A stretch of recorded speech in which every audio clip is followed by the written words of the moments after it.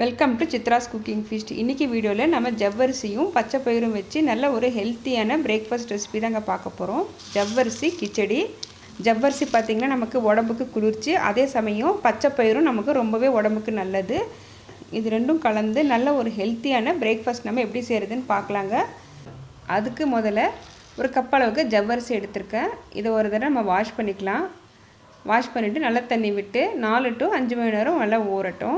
அடுத்ததாக பார்த்தீங்கன்னா அரை கப் அளவுக்கு பச்சைப்பயிறு எடுத்திருக்கேன். ஒரு கப்பு ஜவ்வரிசிக்கு அரை கப் அளவுக்கு பச்சைப்பயிறு சரியாக இருக்கும். இது ஒரு தடவை நம்ம தண்ணி விட்டு நல்லா வாஷ் பண்ணிவிட்டு குக்கரில் சேர்த்து 2 விசில் விட்டு எடுத்துக்கலாம். இப்போ நம்ம ஊற வச்சுருந்த ஜவ்வரிசி நல்லா ஊறி வந்திருக்கு. ஒரு ஸ்டெயினரில் நம்ம வடிகட்டி எடுத்துக்கலாம். ஒரு 5 நிமிஷத்துக்கு அப்படியே தண்ணியை நம்ம வடிய விட்டுடலாம்.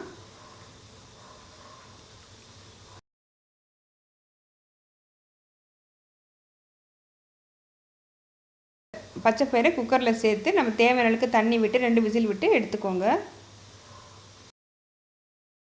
இந்த கிச்சடி தாளிக்கிறதுக்கு ஒரு பெரிய வெங்காயம் பொடியாக கட் பண்ணி வச்சுருக்கேன். ஒரு கேரட் துருவி வச்சுருக்கேன். கொத்தமல்லி கருவேப்பிலை எடுத்திருக்கேன். காரத்துக்கு 3 பச்சை மிளகா, ஒரு சின்ன துண்டு இஞ்சி துருவி வச்சுருக்கேன். இப்போ ஒரு கடாய் வச்சுருக்கேன். கடாய் சூடானதும் 3 டேபிள் ஸ்பூன் அளவுக்கு கடலை எண்ணெய் சேர்த்துக்கிறேன். எண்ணெய் சூடானதும் கடுகு, சீரகம், உளுத்தம்பருப்பு, கடலைப்பருப்பு சேர்த்துக்கலாம். சேர்த்து நல்லா ஃப்ரை பண்ணிக்கோங்க. கடுகுளுந்து நல்லா புரிஞ்சதும் ஒரு கைப்பிடி வெங்காயம் சேர்த்துக்கலாம்.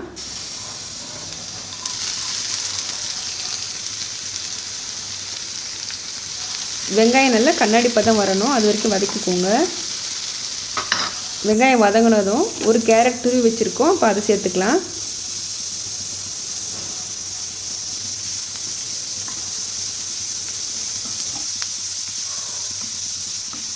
கேரட் சேர்த்து ஒரு 5 நிமிஷத்துலேயே நல்லா வதங்கிடும்.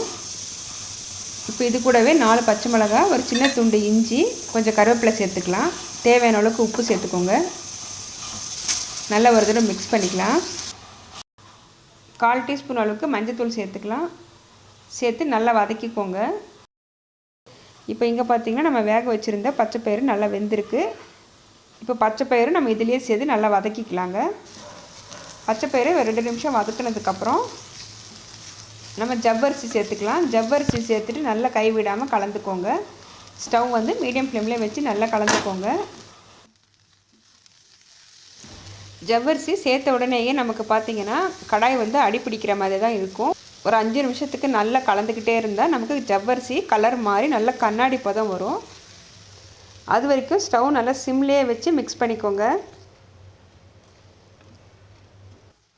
ஒரு கைப்பிடி அளவுக்கு வறுத்த வேர்க்கடலை எடுத்திருக்கேன். இது மிக்ஸி கப்பில் சேர்த்துட்டு நல்லா பல்ஸ் மோட்லேயே விட்டு எடுத்துக்கோங்க. நம்ம ஏற்கனவே அரைச்சி வச்சுருந்த வேர்க்கடலை பவுடர் 2 டேபிள் ஸ்பூன் அளவுக்கு சேர்த்துக்கலாம். வேர்க்கடலை பவுடர் சேர்க்கும் போது நமக்கு இந்த கிச்சடி பார்த்திங்கன்னா சாப்பிடும்போது நல்லா டேஸ்ட்டாகவும், ஜவ்வரிசி ஒன்றோட ஒன்று ஒட்டாமல் நல்லா உதிரியாக இருக்கும். இப்போ பார்த்திங்கன்னா ஜவ்வரிசி நல்லா உதிரியாக வந்திருக்கு பாருங்கள்.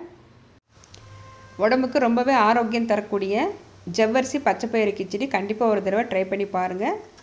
இந்த வீடியோ உங்களுக்கு பிடிச்சிருந்ததுன்னா வீடியோவுக்கு லைக் பண்ணுங்கள், ஷேர் பண்ணுங்கள், சப்ஸ்கிரைப் பண்ணுங்கள். கூடவே பெல் பட்டனை ப்ரெஸ் பண்ணி வச்சுக்கோங்க. அப்போ தான் நான் போடுற லேட்டஸ்ட் வீடியோஸ் உங்களுக்கு நோட்டிஃபிகேஷனாக வரும். தேங்க்ஸ் ஃபார் வாட்சிங்.